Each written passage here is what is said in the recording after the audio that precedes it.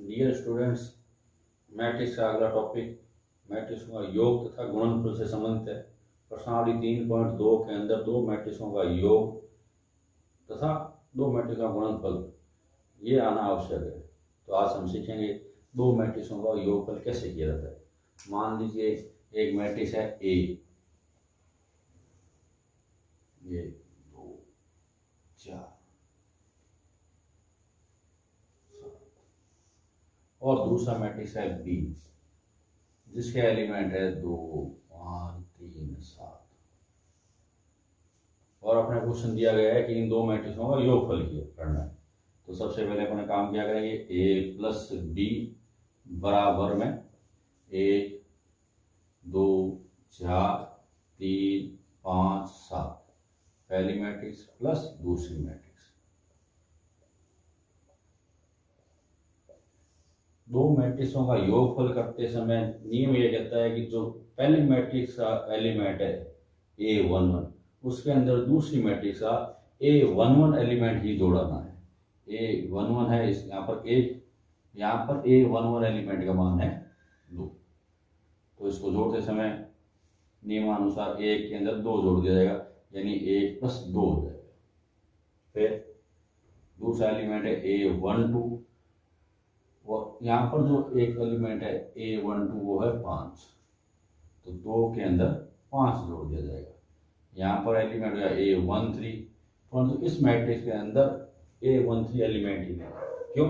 क्योंकि इस मैट्रिक्स की जो कोटि है वो 2 × 2 की है, यानी 2 पंक्तियां 2 स्तंभ। इस मैट्रिक्स की जो कोटि है वो 2 × 3 की है, यानी 2 पंक्तियां और 3 स्तंभ है। यानी दो मैट्रिक्स है, अगर उनका क्रम समान नहीं है तो जोड़ने में दिक्कत आ जाएगी और जोड़ी भी नहीं पाएगी। तो दो मैट्रिक्सों को जोड़ने के लिए निश्चित रूप से अपने को यहाँ पर एलिमेंट एक स्तंभ और होना चाहिए, यानी दो मैट्रिक्स तभी जुड़ सकती है आपस में जब उनका क्रम समान हो।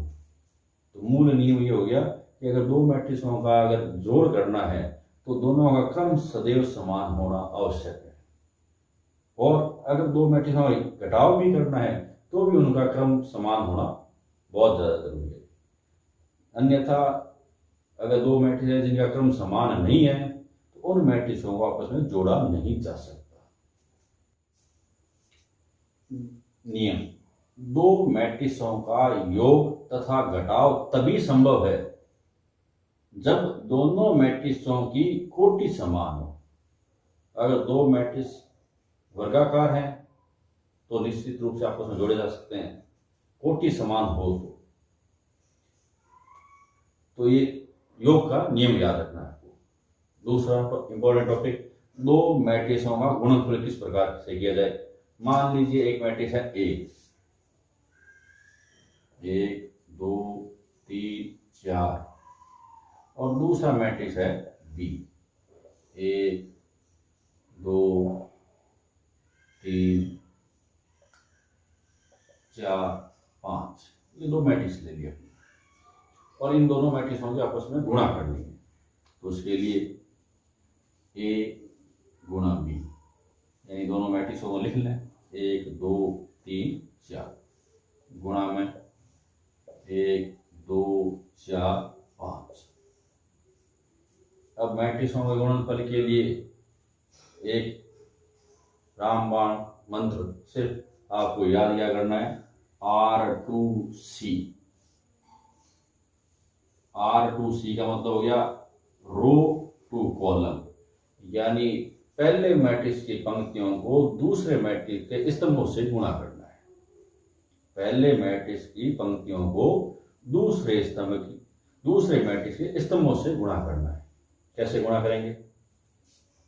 ये रही पहले मैट्रिक्स की पंक्ति, इसको दूसरे मैट्रिक्स के स्तंभ से गुणा करना है। जब तक दोनों कंप्लीट नहीं हो जाते तब तो दोनों के बीच में एडिशन का निशान लगता रहेगा। कैसे? पहला एलिमेंट 1 है, इसको इस 1 से गुणा कर देंगे तो ये होगा 1 × 1। अब अगला एलिमेंट लेना तो प्लस का निशान, फिर अगला एलिमेंट 2 है, उसको आगे 4 से गुणा कर देंगे, 2 × 4। इधर ये पंक्ति खत्म, इधर ये स्तंभ खत्म। अब पहली पंक्ति को दूसरे स्तंभ से गुणा करें,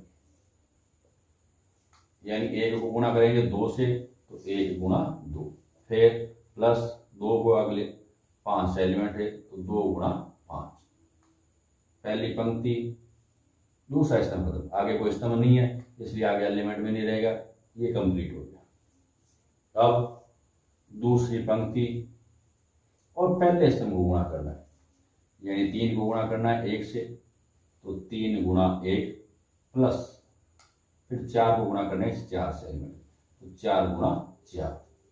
इसी प्रकार दूसरी पंक्ति को दूसरे स्तंभ से गुणा करना है, यानी 3 गुणा 2 प्लस 4 गुणा 5 हो जाएगा। क्लियर?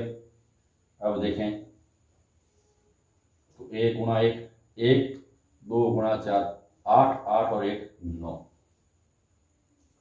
1 गुणा 2 2, 2 गुणा 5 10, 10 और 2 12, 3 गुणा 1 3 प्लस 4 गुणा 4 16, 16 और 3 19, 3 गुणा 2 6, 6 प्लस 20 26। इस प्रकार से दो मैट्रिक्सों का गुणनफल संभव है। नियम क्या रहेगा? R2C, यानी पहले मैट्रिक्स की पंक्तियों को दूसरे मैट्रिक्स के स्तंभों से गुणा करना है। क्लियर? दो मैट्रिक्सों का गुणनफल किया, A गुणा B करने पर अपने पास जो उत्तर आया A और B का, ये मैट्रिक्स इस हिसाब से आ गया। अब अपन देखते हैं अगर B मैट्रिक्स को A से गुणा किया जाए तो क्या आंसर इसी के बराबर आ रहा है? तो इसको चेक करने के लिए सबसे पहले B गुणा A लिखें, यानी मैट्रिक्स B को पहले लिख देंगे और गुणा में A का मान। नियम वही रहेगा R2C, यानी पहली मैट्रिक्स की पंक्तियों को दूसरे मैट्रिक्स के स्तंभों से गुणा करना है। यानी अब क्यू आर पहली मैट्रिक्स B है तो इसकी पंक्ति 1 गुणा 2 को 1, 2 को दूसरी मैट्रिक्स से पहले स्तंभ 1 और 3 से गुणा करनी है। उसी तरीके से गुणा करनी है, यानी 1 को 1 से गुणा करेंगे तो 1 गुणा 1 प्लस 2 गुणा 3, फिर 1 को गुणा करेंगे पहली पंक्ति दूसरे स्तंभ से गुणा करेंगे, पहली पंक्ति को दूसरे स्तंभ से, तो 1 को गुणा करेंगे 2 से प्लस 2 को गुणा कर देंगे 4 से। अब दूसरी पंक्ति पहले स्तंभ को गुणा करेंगे, यानी 4 गुणा 1 प्लस 5 गुणा 3, फिर दूसरी पंक्ति को दूसरे स्तंभ से गुणा करेंगे, 4 गुणा 2 प्लस 5 गुणा 4। अब इसको सॉल्व करें तो यहाँ देखें 1 गुणा 1 प्लस 2 गुणा 3 6, एक साथ आ गया, 2 और 8 10, 4 और 15 19, 8 और 20 28। ये B मैट्रिक्स को A से गुणा करने पर तो उत्तर आया। तो B गुणा A का मान A गुणा B के मान के बराबर है क्या? नहीं है। तो यहां हम देखते हैं कि A B बराबर नॉट B गुणा A। इसका मतलब अगर दो मैट्रिक्सों का गुणनफल है वो क्रम विनिमय नहीं होता है। क्रम विनिमय का मतलब क्या है? अगर 2 को 3 से गुणा करते हैं तो 6 आता है, 3 को 2 से गुणा करते हैं तो भी 6 आता है, तो वो संख्याएं क्रम विनिमय कहलाती है गुणन। बाकी मैट्रिक्सों का जो गुणनफल होता है वो क्रम विनिमय नहीं होता है। इंपॉर्टेंट चीज है। तो ये नहीं चलेगा कभी भी कि आपने A गुणा B पूछा उसकी जगह आपने B गुणा A निकाल दिया तो आंसर अलग आ जाएगा। तो इस चीज को भी विशेष रूप से नोट करना है। तो अपने यहाँ पर दो मैट्रिक्सों गुणनफल के लिए, दो मैट्रिक्सों गुणनफल करने का सबसे मेन नियम है R2C, यानी पहले मैट्रिक्स की पंक्तियों को दूसरे मैट्रिक्स से स्तंभों से गुणा करनी है। दूसरा नियम, दो मैट्रिक्सों का गुणनफल A गुणा B और B गुणा A समान नहीं आता है।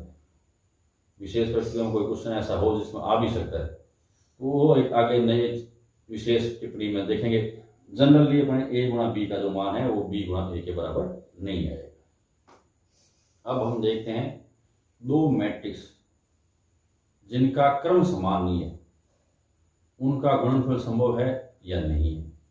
जैसे मान लीजिए एक मैट्रिक्स दे दी अपने को 2 गुणा 2 क्रम की, एक दूसरी मैट्रिक्स दे दी जिसकी जो कोटि है वो 2 गुणा 3 कोटि की है।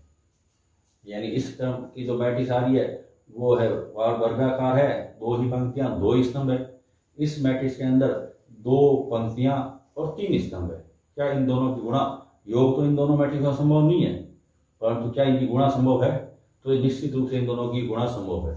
उसको सॉल्व करने का तरीका क्या रहेगा कि ए और बी की गुणा करनी है, तो आप ए की कोटि को लिख लें रफ में और बी की कोटि को लिख लें।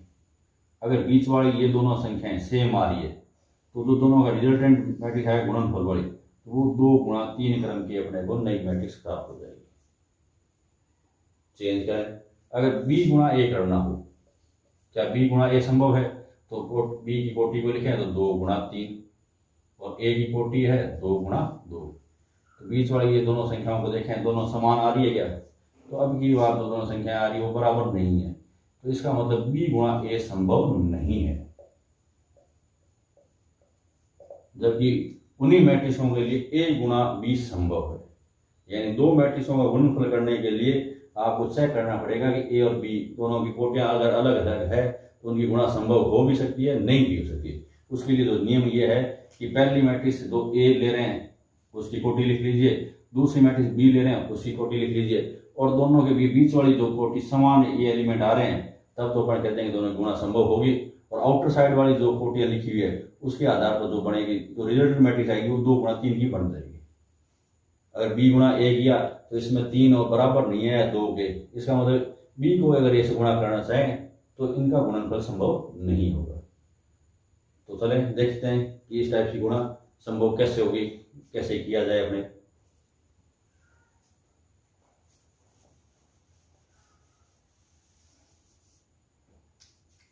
माना एक मैट्रिक्स है ए, 1 2 3 4। दूसरी मैट्रिक्स है बी जिसमें 2 पंक्तियां हैं, 1 6 9 3 7 8, 3 स्तंभ। इन दोनों की गुणा संभव होगी क्योंकि ए को बी से गुणा करना है, तो यहाँ पर दोनों की अपन ने मैच की कि यहाँ दोनों में रखें। इसकी जो कोटि आ रही है 2 गुणा 2 की, इसकी कोटि आ रही है 2 गुणा 3 की। ये दोनों आपस में बराबर है, इसका मतलब जो रिजल्टेंट मैट्रिक्स आएगी वो 2 गुणा 3 की आएगी। कैसे आएगी उससे चेक करते हैं।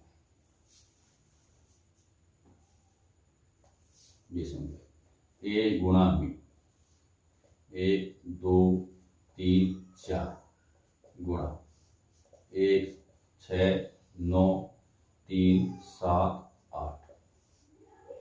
2 मैट्रिक्सों का गुणनफल के लिए वही नियम रहेगा पुराना वाला, कौन सा? R2C।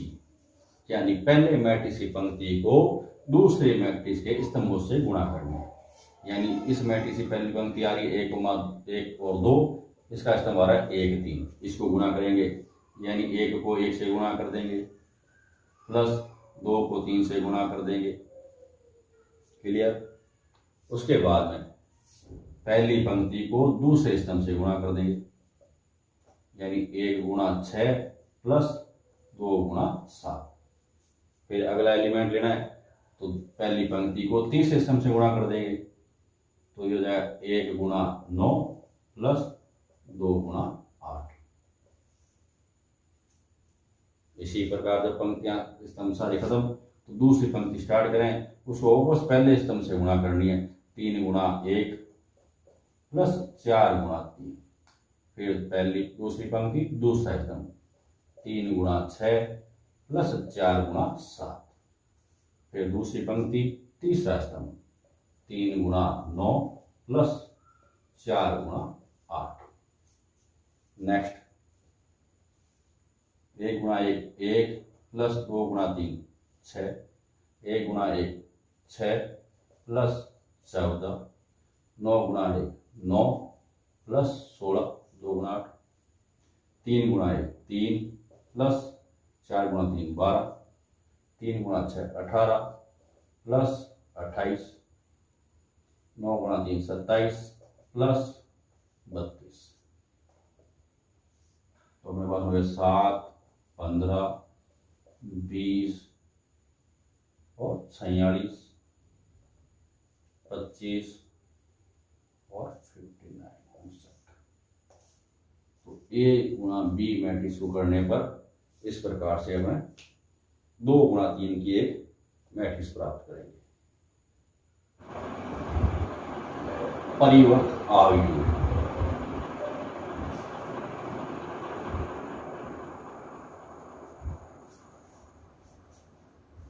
परिवर्त आव्यूह, ट्रांसपोज ऑफ मैट्रिक्स। अगर एक मैट्रिक्स दिया हुआ है 1 2 3 4, इस मैट्रिक्स की पंक्तियों और स्तंभों को आपस में बदल दिया जाए। कैसे? ये पंक्ति है 1 2, इसको मैं स्तंभ बना देता हूँ। ये पंक्ति है 3 और 4, इसको बदल के मैं 3 और 4 ऐसे स्तंभ के रूप में लिखूँ। तो ये जो नया मैट्रिक्स प्राप्त होता है उसको हम कहते हैं ए मैट्रिक्स का ट्रांसपोज, या ए टी पावर के रूप में टी लिख देते हैं, या इसको ए डैश द्वारा भी प्रेजेंट किया जाता है। तो अगर एक मैट्रिक्स है उसके स्तंभों और पंक्तियों को आपस में परिवर्तित कर देते हैं, चेंज कर देते हैं एक दूसरे से, तो जो मैट्रिक्स प्राप्त होता है उसे अपन कहते हैं उस मैट्रिक्स ए का ट्रांसपोज मैट्रिक्स या परिवर्त आव्यूह है।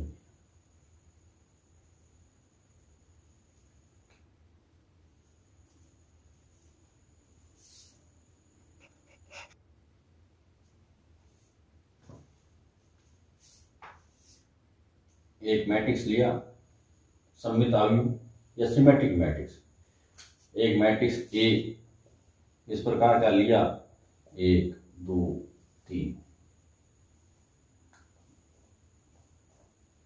2 3 1 3 1 2, और अपने को कह दिया जाए इस मैट्रिक्स का परिवर्त आव्यूह ज्ञात कीजिए। तो ए ट्रांसपोज, तो इसका जो पहली पंक्ति है उसको मैं पहला स्तंभ बना दूंगा, यानी 1 2 3। दूसरी पंक्ति है उसको दूसरा स्तंभ बना देंगे 2 3 1। तीसरी पंक्ति है उसको तीसरा स्तंभ बना देंगे, और ये मैट्रिक्स ए का ट्रांसपोज प्राप्त होगा, यानी परिवर्त मैट्रिक्स। परंतु अगर गौर से देखें तो ये दोनों मैट्रिक्स ए और ए का ट्रांसपोज सेम आ रहा है। अगर कोई एक मैट्रिक्स इस प्रकार ही हो कि उसका जो ट्रांसपोज है वो उसी के बराबर ही आ जाए, तो इस प्रकार की मैट्रिक्स को अपन कहते हैं सिमेट्रिक मैट्रिक्स, यानी सममित आव्यूह। कोई मैट्रिक्स ऐसी है जिसका ट्रांसपोज करने के बाद में जो ट्रांसपोज आ रहा है वो सेम उसी मैट्रिक्स से बराबर आ रहा है, यानी ए बराबर ए ट्रांसपोज के बराबर आ रहा है, तो अपन कहते हैं कि ये दोनों मैट्रिक्स क्या है, सममित। ये जो मैट्रिक्स ए आ रही है वो कैसी है, सममित मैट्रिक्स। दूसरी एक टाइप और होती है विषम सममित मैट्रिक्स।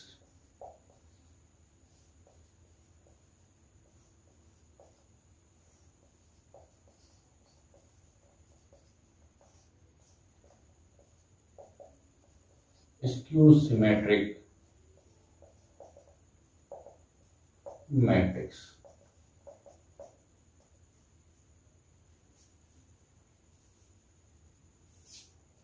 एक मैट्रिक्स इस प्रकार की ली गई है,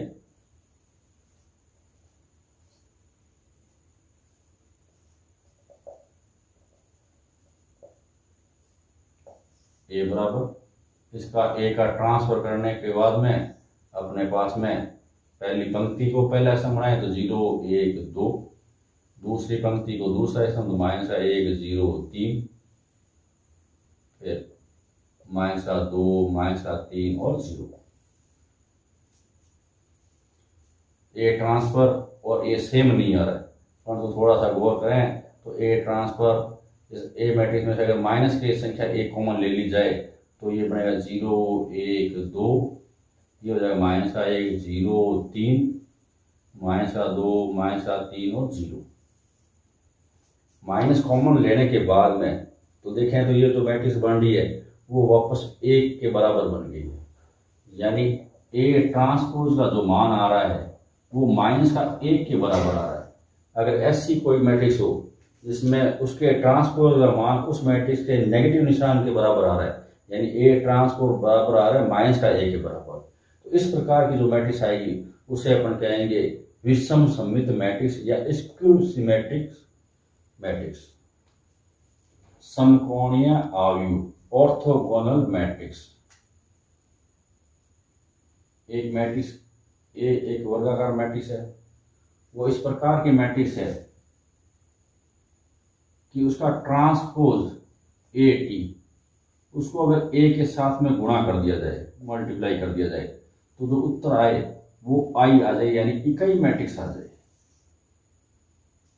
ए एक वर्गाकार मैट्रिक्स है, उसी मैट्रिक्स का ट्रांसपोज करने के बाद में उसको ए से अगर मल्टीप्लाई किया जाए और जो उत्तर आ रहा है वो आई आ जाए, यानी इकाई मैट्रिक्स आ जाए। तो इस प्रकार की जो मैट्रिक्स ए है उसे हम कहते हैं समकोणीय आव्यूह या ऑर्थोगोनल मैट्रिक्स या लंबकोणीय मैट्रिक्स। समकोणीय मैट्रिक्स या लंबकोणीय मैट्रिक्स या ऑर्थोगोनल मैट्रिक्स की मूल चीजें जो 3.2 के लिए आवश्यक थी वो सारी इतनी ही है।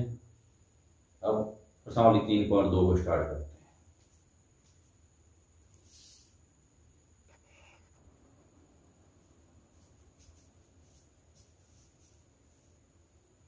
3.2 का जो पहला क्वेश्चन है उसके अंदर दो मैट्रिक्स दी गई है, ए और बी। जो मैट्रिक्स ए है वो 2 गुणा 3 कोटि की है, दूसरी मैट्रिक्स बी है वो भी 2 गुणा 3 कोटि की है, यानी दोनों मैट्रिक्सों का क्रम समान है।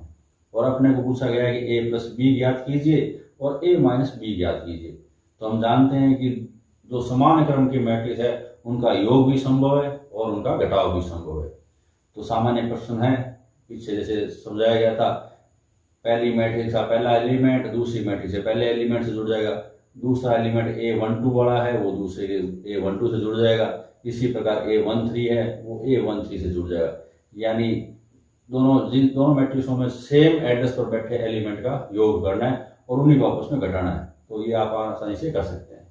नेक्स्ट क्वेश्चन, दूसरा क्वेश्चन, एक मैट्रिक्स A प्लस बी की वैल्यू दी गई है और दूसरी मैट्रिक्स A और माइनस बी की वैल्यू दी गई है, और अपने को दूसरे क्वेश्चन के अंदर पूछा गया है मैट्रिक्स A और B की वैल्यू ज्ञात कीजिए।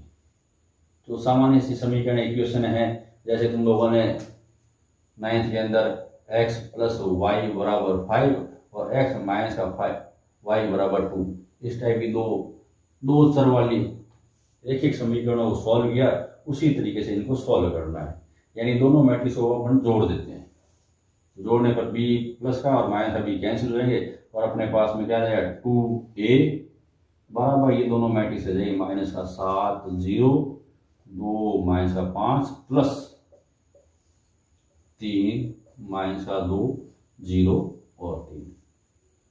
अब दो मैट्रिक्सों का योगफल है, ये 2a है तो इसको अपन इस टाइप में ले जाए तो 1/2 हो जाएगा, और इन दोनों मैट्रिक्सों का योगफल कर देंगे संबंधित एलिमेंट A11 में A11 जोड़ते हुए, यानी माइनस का 7 प्लस 3 0 प्लस माइनस का 2 प्लस 0 माइनस का 5 प्लस 3, यानी कुल मिलाकर अपने पास हो जाएगा A बराबर 1/2, ये हो जाएगा माइनस का 4, ये हो गया 2, ये हो गया माइनस का 2 और ये हो गया माइनस का 2। ये 2 है वो भाग में है तो अंदर जाएगा तो प्रत्येक एलिमेंट के अंदर इसका भाग लग जाएगा, यानी अपने पास में जो आएगा तो A का जो मान आएगा वो आ जाएगा माइनस का 2 माइनस का 1 और माइनस का 1। इस प्रकार से इस समीकरणों को सॉल्व करते हुए मैट्रिक्स A की वैल्यू पर ने ज्ञात कर ली। जब मैट्रिक्स A की वैल्यू ज्ञात कर ली है तो इसको इक्वेशन नंबर 1 नाम दे देते हैं। इस मैट्रिक्स के अंदर समीकरण A की वैल्यू यहाँ पर रख देंगे और उसके आधार पर B का मान निकाल लेंगे। किस हिसाब से निकाला जाएगा वो देख लेते हैं।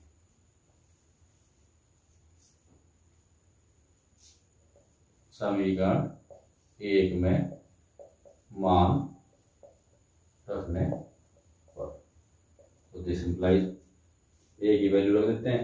A की वैल्यू आ रखी है माइनस का 2 माइनस का 1 माइनस का 1 और 1 प्लस B बराबर है माइनस का 7 0 2 माइनस का 5। अब B की वैल्यू निकालनी तो इधर जो मैट्रिक्स है इसको पूरे को साइड में स्थानांतर कर देंगे और नेगेटिव बन जाएगी, तो तो बी बराबर अपने पास हो गया माइनस का 7 0 2 माइनस का 5 माइनस का 2 माइनस का 1 1 और माइनस का 1। सॉल्व करें इसको, यानी दो मैट्रिक्स को घटाना है तो माइनस का 7 माइनस माइनस 2 यानी प्लस का 2, फिर 0 माइनस, ये माइनस को गुणा कर लेंगे तो प्लस का 1 बन जाएगा, 2 माइनस माइनस का 1 माइनस का 5 और माइनस माइनस प्लस का 1, यानी कुल मिला के जो मैट्रिक्स बी है उसकी जो वैल्यू आ रही है वो भी माइनस का 5 1 1 और माइनस का 4। इस प्रकार से दोनों समीकरणों को हल करते हुए मैट्रिक्स ए और बी की वैल्यू ज्ञात करेंगे।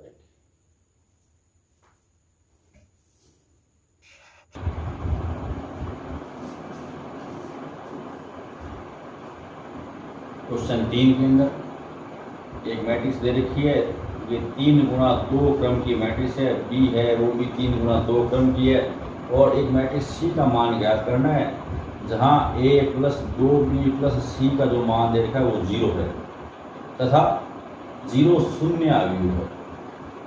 तो इस मैट्रिक्स को ज्ञात करने के लिए इस समीकरण को पहले सोल्व कर लेते हैं, यानी सी का जो वैल्यू होगी वो हो जाएगी माइनस का ए माइनस का 2b के बराबर।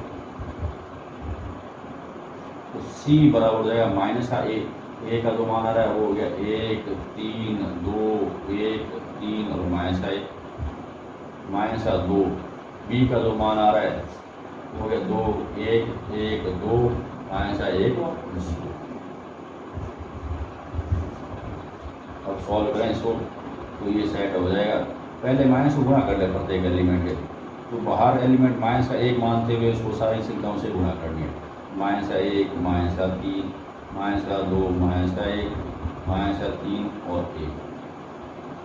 इस माइनस का 2 को जैसे सिर्फ 2 को गुणा कर लेते हैं तो 2 को गुणा करेंगे तो 4 2 2 4 माइनस का 2 और 0 है।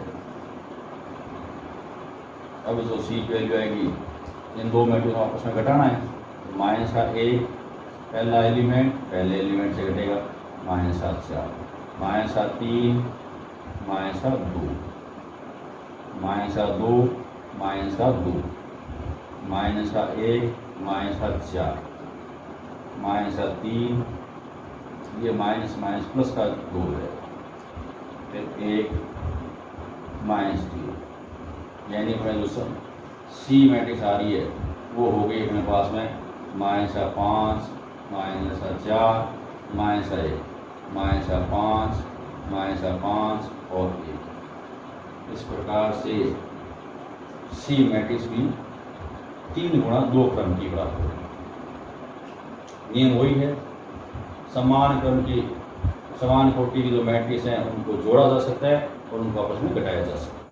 क्वेश्चन 4, एक मैट्रिक्स ए और बी दी गई है और हमें 3a² माइनस का 2b ज्ञात करना है। तो इसको सॉल्व करने के लिए सबसे पहले अपने को a² का मान ज्ञात करना पड़ेगा। a² का मतलब ये नहीं है कि इस मैट्रिक्स का स्क्वायर लगा दीजिए। a² निकालने के लिए मैट्रिक्स a को a से गुणा करना पड़ेगा, यानी a² बराबर होता है a गुणा a। तो मैट्रिक्स पहले लिखी 2 माइनस का 1 3 और 2, इसको गुणा करनी है इसी मैट्रिक्स से यानी ए से। नियम वही रहेगा, पहली पंक्ति पहला स्तंभ, 2 गुणा 2 4 माइनस का 1 को 3 से गुणा कर देंगे माइनस का 3, फिर पहली पंक्ति दूसरा स्तंभ 2 गुणा माइनस का 1 माइनस का 2 माइनस का 1 गुणा 2 माइनस का 2, फिर दूसरी पंक्ति पहला स्तंभ 3 गुणा 2 6 प्लस का 2 गुणा 3 6, 3 गुणा माइनस का 1 माइनस का 3 2 गुणा 2 4, यानी कुल मिला के अपने पास में 1 माइनस का 4 12 और 1, ये a² का मान प्राप्त हो गया। अब 3a² माइनस का 2b को सॉल्व कर लेते हैं। स्टार्ट करते हैं यहाँ पर, क्योंकि 3a² माइनस का 2b, तो दिस इंप्लाइज 3a² का जो मान है 1 12 4 1 माइनस का 2 बी, बी का मान 0 4 माइनस का 1 और 7। सॉल्व करें इनको, 3 को गुणा करेंगे 3 और प्रत्येक एलिमेंट से गुणा करना है 36 माइनस का 12 3 माइनस 2 को गुणा कर देते हैं 0 8 माइनस का 2 और 14। दोनों मैट्रिक्सों के संबंधित एलिमेंट्स को आपस में घटा देते हैं। 3 माइनस का 0 माइनस का 12 माइनस का 8 36 प्लस 2 और 3 माइनस का 14, यानी अपने पास आंसर जो 3 38 माइनस का 20 और माइनस का 11, ये मान आ गया।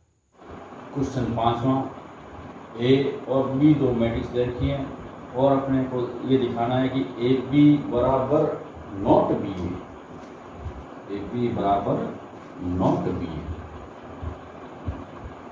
तो सबसे पहले तो अपन देखें ये जो मैट्रिक्स आ रही है इसकी जो कोटि है वो है 2 गुणा 4, 2 गुणा 4। और जो मैट्रिक्स बी आ रही है उसकी जो कोटि है उसके अंदर 4 पंक्तियां हैं और 2 स्तंभ, 4 गुणा 2 क्रम की होगी। तो सबसे पहले तो अपने को ये देखना होगा कि मैट्रिक्स ए का मैट्रिक्स बी के साथ में गुणनफल संभव है या नहीं। इसके लिए आप रफ में बताया नियम ए गुणा बी सॉल्व करना है, तो 2 गुणा 4 क्रम ए का कोटि और 4 गुणा 2 बी की कोटि। बीच वाली दोनों संख्याएं समान आ रही है तो इसका मतलब निश्चित रूप से इनकी गुणा संभव है। और जो नई मैट्रिक्स आएगी ए गुणा बी वो होगी 2 गुणा 2 क्रम की। कैसे सॉल्व करें इनको? पहले ए गुणा बी यानी मैट्रिक्स ए 0 1 2 3 3 2 1 0 गुणा मैट्रिक्स बी 0 1 2 3 3 2 1 0। नियम हुई R2C, पहली पंक्ति पहला स्तंभ, मल्टीप्लाई करते जाएं और जोड़ते जाएं। 0 को 0 से गुणा करें 0 हो गया, प्लस 1 को 1 से गुणा किया 1 आ गया, 2 को 2 से गुणा किया 4 आ गया, 3 को 3 से गुणा किया 9 आ गया। फिर पहली पंक्ति खत्म, पहला स्तंभ भी खत्म, फिर पहली पंक्ति को दूसरे स्तंभ से गुणा करेंगे तो लेफ्ट हैंड आ जाएगा। 0 को 3 से गुणा किया तो 0, प्लस 1 को 2 से गुणा करेंगे 2, प्लस 2 को 1 से गुणा करेंगे 2, फिर 3 को 0 से गुणा करेंगे 0। नेक्स्ट टाइम है दूसरी पंक्ति पहला स्तंभ, 3 को 0 से गुणा करेंगे 0, 2 को 1 से गुणा करेंगे 2, 1 को 2 से गुणा करेंगे 2, 0 को 3 से गुणा करेंगे 0। फिर 3 को दूसरी पंक्ति दूसरा स्तंभ, 3 को 3 से गुणा किया 9, 2 को 2 से गुणा किया 4, 2 को 1 से गुणा किया 1 और 0 को 0 से गुणा किया 0। यानी अपने पास में जो एलिमेंट रहा वो हो गया, यहाँ पर जोड़ गया 14, यहाँ पर हो गया 4, यहाँ पर हो गया 4 और यहाँ पर हो गया 14। यानी ए गुणा बी को सॉल्व करने पर ये रिजल्ट आया, 2/2 की एक मैट्रिक्स प्राप्त होती है अपने पास। अब अगला स्टेप देखें, बी को ए से गुणा करना है तो क्या बी को ए से गुणा संभव है? तो सबसे पहले अपन क्या काम करेंगे, बी और ए लिख लेंगे। बी की जो कोटि आ रही है वो 4 गुणा 2 है, ए की जो कोटि आ रही है 2 गुणा 4 क्रम। अब दोनों में देखें तो बीच वाली संख्या 2 और 2 बराबर हैं, इसका मतलब इन दोनों की गुणा संभव है। तो जो रिजल्ट आएगा वो कौन सा आएगा, 4 गुणा 4 की एक मैट्रिक्स आएगी, जो आप निश्चित रूप से खुद कर सकते हैं। और जो 4 गुणा 4 क्रम की जो मैट्रिक्स आएगी वो ये 2 गुणा 2 क्रम की मैट्रिक्स से बराबर नहीं होगी, इसलिए ए बी बराबर नॉट बी ए रहेगा। ये अपने को सॉल्व करके दिखाना है। तो आपको बी गुणा ए खुद को सॉल्व करके निकालना है, बड़े आसानी से हो जाएगा। बी मैट्रिक्स को आगे लिख देंगे और ए मैट्रिक्स को पीछे की साइड में लिख देंगे और फिर उसी हिसाब से पंक्तियों को स्तंभों से गुणा कर। संचय यदि एफ एक्स बराबर एक मैट्रिक्स दे के 3 गुणा 3 40 सिद्ध करके अपने को दिखाना है कि एफ ए एफ बी का जो मान होगा मल्टीप्लाई करने पर वो एफ ए प्लस बी के बराबर होगा। इसको सॉल्व करने के लिए सबसे पहले अपने एफ ए का मान ज्ञात करें। एफ ए का मान कहाँ से आएगा, तो जो मैट्रिक्स दी गई है उसमें एक्स की जगह ए रख देते हैं तो पूरी मैट्रिक्स में जहाँ जहाँ पर ए रख दिया जाएगा एफ ए का मान आ जाएगा। तो सबसे पहले तो अपने यहाँ पर जो सॉल्व करने वाली चीज़ है इसके सारे मान इस मैट्रिक्स से ज्ञात कर लेते हैं। कैसे,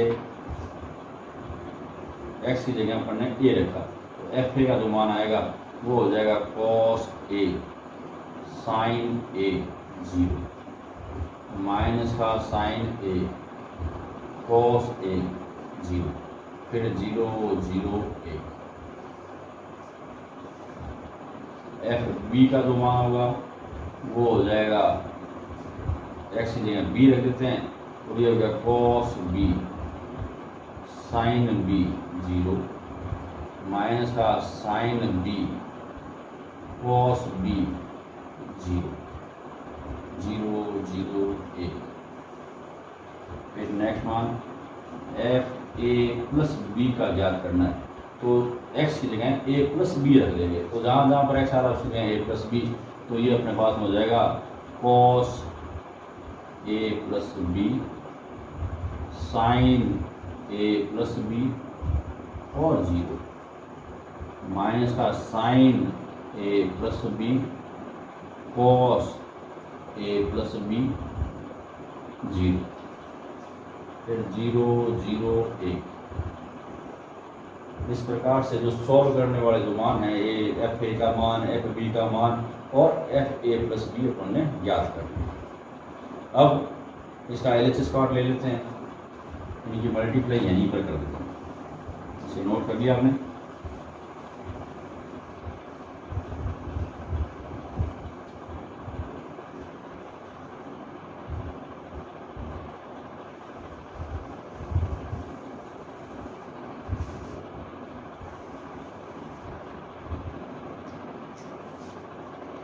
LHS लेने पर LHS में था एफ ए गुणा एफ बी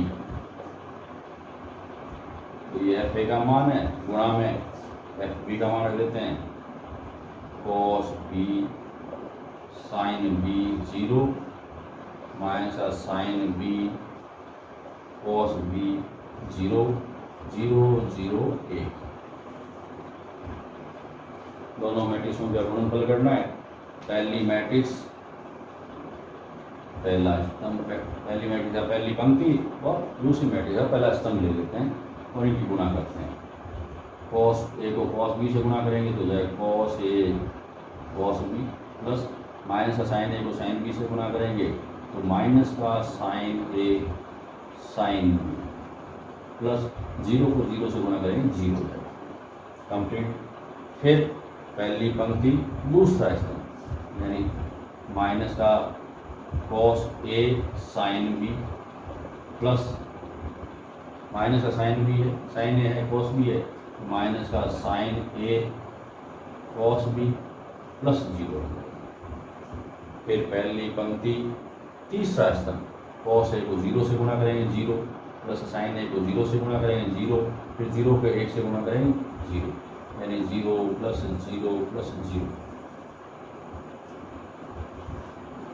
और नेक्स्ट दूसरी पंक्ति को पहले स्तंभ से गुणा करेंगे। साइन ए को गुणा करेंगे कॉस बी से तो sign A cos B plus cos A को गुणा करेंगे साइन बी से तो cos A sine B plus 0 को 0 से गुणा करेंगे 0। फिर दूसरी पंक्ति दूसरा स्तंभ साइन ए को गुणा करेंगे माइनस का साइन बी से माइनस का sign A sign B cos A को गुणा करेंगे कॉस बी से तो प्लस का cos A cos B plus का 0 को 0 से गुणा कर देंगे 0। फिर दूसरी पंक्ति को तीसरे स्तंभ से यानी साइन ए को गुणा करेंगे 0 से 0 कॉस ए को गुणा करेंगे 0 से तो 0 फिर 0 को 1 से गुणा करेंगे 0 यानी 0 प्लस 0 प्लस 0 है। तब तीसरी पंक्ति पहला स्तंभ, 0 को गुणा करेंगे कॉस बी से 0, प्लस 0 को गुणा करेंगे साइन बी से 0, फिर 1 को गुणा करेंगे 0 से 0, यानी 0 प्लस 0 प्लस 0।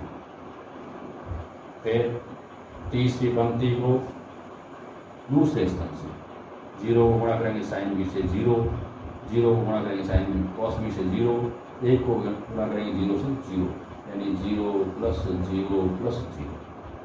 तीसरी पंक्ति तीसरा स्तंभ, 0 को 0 से गुणा करेंगे 0, 0 को 0 से गुणा करेंगे 0 और 1 को गुणा करेंगे 1 से 1। अब यहाँ देखें cos A cos B minus का साइन ए साइन बी, जो मान बनता है कॉस ए प्लस बी का सूत्र त्रिकोणमिति।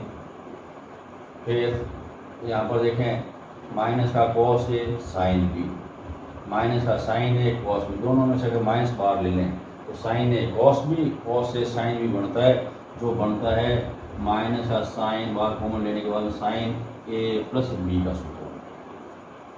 पीछे 0 0 और 1।